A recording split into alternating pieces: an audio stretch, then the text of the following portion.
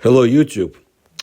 From time to time, I like to read posted articles of a bright Russian military scientist, a graduate of the top military space academy of his country. Now he is a leading engineer and programmer involved with the ISS and previously with the Mir space station projects. He worked in the GLONASS and other special programs of the Russian Federation. Most likely, he also worked in the little-known Russian Space Intelligence Agency. Sergey is very bright. I think there is a reason he publishes information on the internet about outer space exploration, celestial mysteries, Moon and Antarctica, for instance, or alien invasions. Maybe it is a signal to his counterparts, pointing out certain things, meaning this: we know this much or more, but this is all we will admit. Or maybe Sergey is just having fun. Sergey has immense knowledge and a cool sense of humor. You can find more of my videos about him in my channel. Here are his observations about alien invasion. I think some governments are getting ready, I guess. We all sometimes think, sitting by the fireplace, about such things as existence of alien life. Someone believes in it. Someone thinks that all this is bloody nonsense. However, in fairness, it should be noted that modern science officially cannot say anything intelligible about this. There is no such law, such a theory, such a book in the end in which it is written. So they say so and so, meaning there are no aliens. And cannot be. And that's it. Well, no, scientists do not say that. After all, if there is life on Earth, then why shouldn't it exist somewhere else? It's just that it's somewhere very far away. That's where that life is. Besides, if aliens suddenly show up on our planet, how will all these scientists look in the eyes of the public? Well, therefore, science does not deny the very existence of aliens and their detection. Therefore, the reasoning on this topic is not anti-scientific, and they are quite acceptable among a narrow circle of limited persons, which includes, added Sergey, your humble servant, my friends. So let's look at alien invasion scenarios or options. Well, yes, they're talking about aliens here, and here they believe that aliens exist, but no one here claims to have encountered them or in some way contacted. See, do you feel the difference? That's what Sergey is alluding to. So after we have put all the dots on the I, let's get down to the topic of today.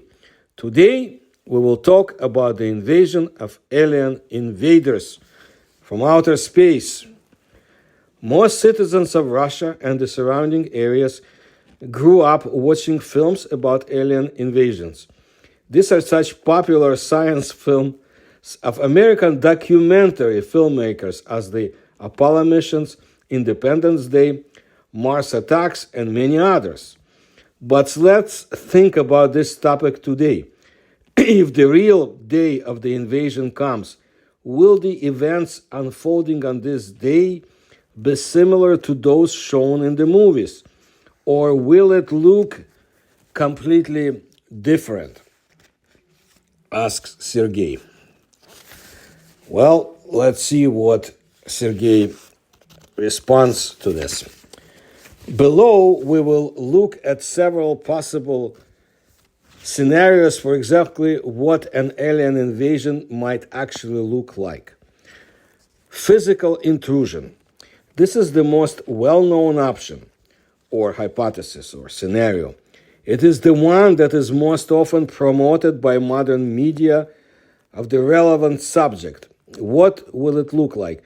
Probably like this. Aliens will invade the Earth, sending their spaceships or other vehicles to our planet. These ships can be equipped with advanced technologies, weapons, and entire armies consisting of bizarre extraterrestrial beings who will kill us or drive us to reservations.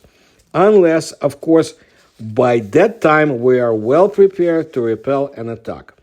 This method of invasion usually implies hostility on the part of the invaders, but there is still a high probability that a physical invasion may well be carried out peacefully by demonstrating unlimited power, for example, by destroying Mars.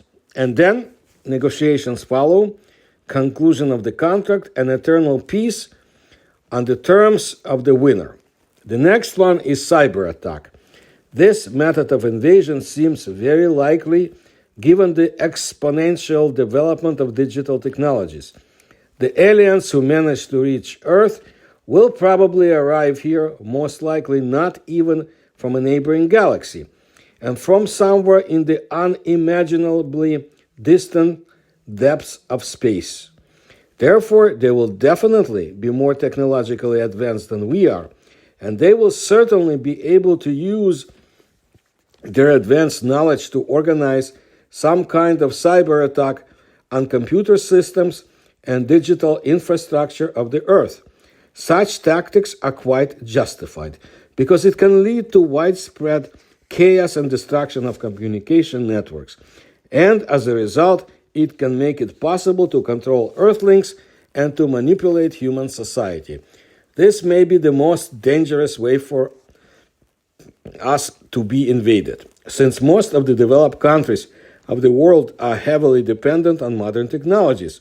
Only people who live in areas that are still weakly dependent on technology will be able to avoid the main blow for some time. Then comes biological warfare scenario. Another possible invasion methods. Aliens may well release harmful bacteria, viruses, and other biological weapons to the Earth.